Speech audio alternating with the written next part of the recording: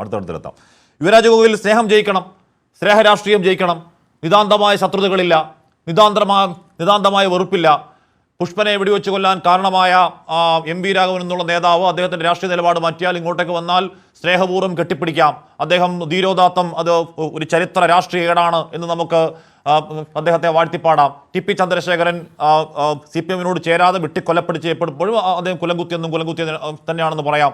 ഈ പറയുന്ന കുഞ്ഞാലിയെ കൊന്ന എന്ന് CPM സംശയിക്കുന്ന, പക്ഷേ ആര്യാടൻ അതിൽ നിന്ന് ഒഴിവായി പോയി കേട്ടോ. ആര്യാടൻ ഇപ്പുറത്തേക്ക് വന്നാൽ അദ്ദേഹത്തെ മത്സരിപ്പിക്കാം. സ്നേഹരാഷ്ട്രീയം നീണാൾ വാഴുമ്പോൾ റാവട ചന്ദ്രശേഖരൻ നിയമനത്തിൽ നിങ്ങൾക്ക് എന്തിനാണ് പ്രശ്നം യുവരാജ് ഗോകുൽ?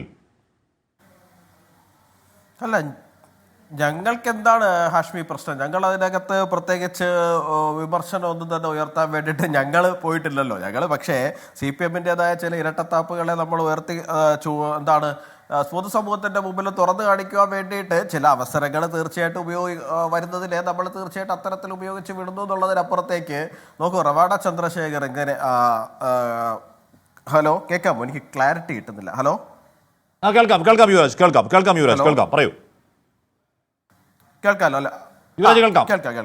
ഓക്കെ. അല്ല ഹാഷ്മി, ഞങ്ങൾ എന്തിനാണ് അതിനകത്ത് പ്രശ്നം ഉണ്ടാക്കുന്നത്? ഞങ്ങൾ അതിനകത്ത് ഇതുവരെ ഒരു പ്രശ്നം ഉണ്ടാക്കുവാനോ ആ വിഷയത്തിനകത്ത് വേറൊരു വിവാദത്തിലേക്ക് കൊണ്ടുപോകുവാനോ വേണ്ടിയിട്ട് ഇതുവരെ ശ്രമിച്ചതായിട്ട് എൻ്റെ ശ്രദ്ധയിൽ ഇതുവരെ എന്തായാലും പെട്ടിട്ടില്ല. റവാഡ ചന്ദ്രശേഖർ എന്ന് പറയുന്ന ഉദ്യോഗസ്ഥൻ ഏതാണ്ട് 10-35 വർഷത്തെ സർവീസുള്ള ഒരു ഉദ്യോഗസ്ഥനാണ്. സർവീസിൽ വളരെയധികം ക്ലീൻ റെക്കോർഡുള്ള ഒരു ഉദ്യോഗസ്ഥനാണ്. അദ്ദേഹം തിരിച്ച് കേരളത്തിലേക്ക് വരാൻ വേണ്ടിയിട്ട് താല്പര്യം പ്രകടിപ്പിച്ചിട്ടുണ്ട്. അദ്ദേഹം IB-യുടെ സ്പെഷ്യൽ ഡയറക്ടറായിട്ട് ഇരുന്ന ഒരാളാണ്.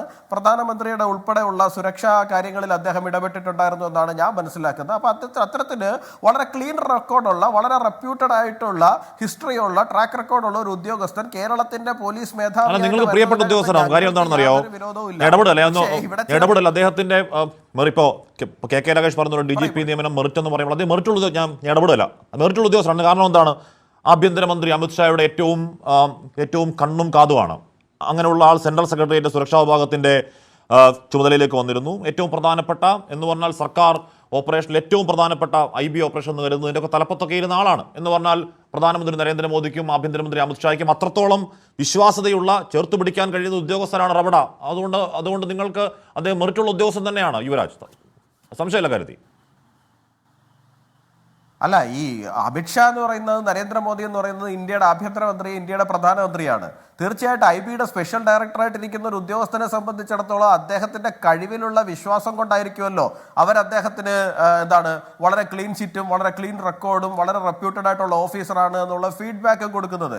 അതിനകത്ത് ഇപ്പൊ അതിനകത്ത് രാഷ്ട്രീയം കാണേണ്ട കാര്യമുണ്ടോ ഹാഷ്മി? ഇപ്പൊ അമിത്ഷാ BJP-കാരനാണ്, അല്ലെങ്കിൽ നരേന്ദ്രമോദി BJP-കാരനാണ് എന്നുള്ളത് കൊണ്ട് മാത്രം ആഭ്യന്തരമന്ത്രി ഒന്നും അല്ലാതെ വരുന്നില്ലല്ലോ. തീർച്ചയായിട്ടും അവരെ സംബന്ധിച്ചിടത്തോളം രാജ്യത്തിന്റെ പ്രധാനമന്ത്രിക്ക്, രാജ്യത്തിന്റെ ആഭ്യന്തരമന്ത്രിക്ക് ഏറ്റവും വിശ്വസിക്കാവുന്ന ഒരു ഉദ്യോഗസ്ഥനാണെന്ന് പറയുകയാണ്. ആ ഉദ്യോഗസ്ഥന്റെ മെറിറ്റാണ്. എന്തുകൊണ്ടാണ് രാജ്യത്തിന് വിശ്വസിക്കുന്ന ഉദ്യോഗസ്ഥനാണെന്നല്ലേ അർത്ഥം? തീർച്ചയായിട്ടും നോക്കൂ, രാജ്യത്തിന്റെ ആഭ്യന്തര മന്ത്രിക്ക് എത്രയധികം വിശ്വാസമുള്ള ഒരു ഉദ്യോഗസ്ഥർ എന്ന് പറയുമ്പോൾ തീർച്ചയായിട്ടും പ്രത്യേകിച്ച് IB പോലെയുള്ള ഒരു സംവിധാനത്തിന്റെ സ്പെഷ്യൽ ഡയറക്ടറായിട്ട് അദ്ദേഹം ഇരിക്കുക എന്ന് പറഞ്ഞു കഴിഞ്ഞാൽ അദ്ദേഹത്തിന്റെ മെറിറ്റിലുള്ള അത്രയേറെ പരിപൂർണമായിട്ടുള്ള വിശ്വാസം കൊണ്ടല്ലേ. മാത്രമല്ല, കേന്ദ്ര സർക്കാർ ഇവിടെ എന്താ ചെയ്തിട്ടുള്ളത്? കേന്ദ്ര സർക്കാർ എന്തെങ്കിലും അനധികൃതമായിട്ട് ചെയ്തിട്ടുണ്ടോ? 6 ഉദ്യോഗസ്ഥരുടെ ലിസ്റ്റ് കേരള സർക്കാർ ഇവിടെ നിന്ന് അങ്ങോട്ടേക്ക് അയച്ചു. അതിനകത്ത് 2 ADGP-മാരുണ്ടായിരുന്നു, അല്ലാതെ 4 DGP-മാരുണ്ടായിരുന്നു. ആ 4 DGP-മാരുള്ളതിനകത്ത് നിതിൻ അഗർവാൾ എന്ന് പറയുന്ന ഉദ്യോഗസ്ഥനോട് അദ്ദേഹത്തിന്റെ ട്രാക്ക് റെക്കോർഡിൽ കേന്ദ്ര സർക്കാരിന് ഉൾപ്പെടെ ചില അമർഷങ്ങൾ ഉള്ളപ്പോൾ പോലും അദ്ദേഹത്തിന്റെ പേര് സീനിയോറിറ്റിയുടെ ബേസിൽ വെട്ടാൻ പോലും തയ്യാറായിട്ടില്ല. അതേ ഓർഡറിൽ തന്നെയാണ് ഇങ്ങോട്ട് അയച്ചിരിക്കുന്നത്. നിതിൻ അഗർവാളിന്റെ പേര് 1ാമത്, 2ാമത് ശ്രീ റവാഡ ചന്ദ്രശേഖറിന്റെ പേര്, 3ാമത് മറ്റേ അദ്ദേഹത്തിന്റെ പേര് യോഗേഷ് ഗുപ്തയുടെ പേര്. അപ്പോൾ അതിനകത്ത് കേന്ദ്ര സർക്കാർ എന്ത് തരത്തിലുള്ള ഇടപെടലാണ് നടത്തിയിരിക്കുന്നത്? ഒരു തരത്തിലുള്ള ഇടപെടലും കേന്ദ്ര സർക്കാരിന്റെ ഭാഗത്തുനിന്ന് ഉണ്ടായിട്ടില്ല. അല്ല എന്നുണ്ടെങ്കിൽ ഒരു സീനിയോറിറ്റി ലിസ്റ്റ് മറികടക്കുവാനുള്ള ഒരു പരിശ്രമം ഒന്നും തന്നെ കേന്ദ്രത്തിന്റെ ഭാഗത്തുനിന്ന് ഉണ്ടായിട്ടില്ല. അപ്പോൾ തീർച്ചയായിട്ടും കേന്ദ്രത്തിന് അതിനകത്ത് പഴി പറയാനുള്ള ആ ഒരു രാഷ്ട്രീയ ആംഗിൾ കണ്ടെത്തുന്നത് എന്താണെന്ന് എനിക്ക് മനസ്സിലാവുന്നില്ല. ഇവിടെ CPM-നോട് ചോദിക്കേണ്ടി വരുന്നത് ഉദ്യോഗസ്ഥരുണ്ട്, അവർക്ക് ആരെ വേണമെങ്കിലും എടുക്കാം. ഞാൻ കംപ്ലീറ്റ് ചെയ്തോട്ടെ. അല്ലല്ല, ഞാൻ പറഞ്ഞിട്ടെ ഹാഷ്മി പറയൂ. CPM-നെ സംബന്ധിച്ചിടത്തോളം 3 ഉദ്യോഗസ്ഥരുടെ പേര് അവരുടെ മുമ്പിൽ എത്തിയിട്ടുണ്ടായിരുന്നു. ആ 3 ഉദ്യോഗസ്ഥരിൽ ആരെ വേണമെങ്കിലും അവർക്ക് എടുക്കാമായിരുന്നു.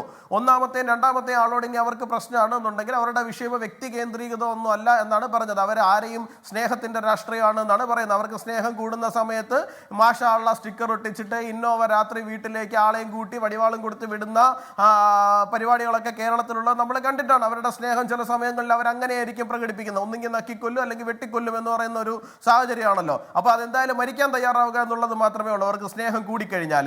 അപ്പോൾ അത്തരത്തിലുള്ള സ്നേഹം പ്രകടിപ്പിക്കുന്ന ആൾക്കാരെ സംബന്ധിച്ചിടത്തോളം 3-ാം പേരുകാരനായിട്ടുള്ള യോഗേഷ് ഗുപ്തയോട് പ്രശ്നം ഉണ്ടായിരുന്നു. അതെന്താണെന്നുള്ള കാര്യം എല്ലാവർക്കും അറിയാം. അത് KM എബ്രഹാമുമായിട്ട് ബന്ധപ്പെട്ടിരിക്കുന്ന വിഷയമാണ്. അപ്പോൾ തീർച്ചയായിട്ടും അവരെ സംബന്ധിച്ചിടത്തോളം ആ 3 എണ്ണത്തിനകത്ത് അവർ നോക്കിയ മെറിറ്റ് എന്തായിരുന്നു?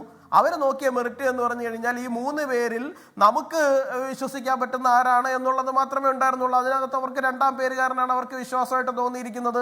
അതുകൊണ്ട് തന്നെ തീർച്ചയായിട്ടും ഓരോ 2-ാം പേരുകാരനിലേക്ക് പോയിട്ടുണ്ട്. അപ്പൊ CPM-നോട് തീർച്ചയായിട്ടും ചോദ്യം പി ജയരാജനോട് ചോദിച്ചപ്പോൾ നിതിൻ അഗർവാളിന്റെ കാര്യത്തിൽ പി ജയരാജൻ ഉറപ്പുണ്ട്. പക്ഷേ യോഗേഷ് ഗുപ്തയുടെ കാര്യത്തിൽ സർക്കാരിനോട് ചോദിക്കണമെന്ന് പി ജയരാജൻ പറയുകയും ചെയ്തു.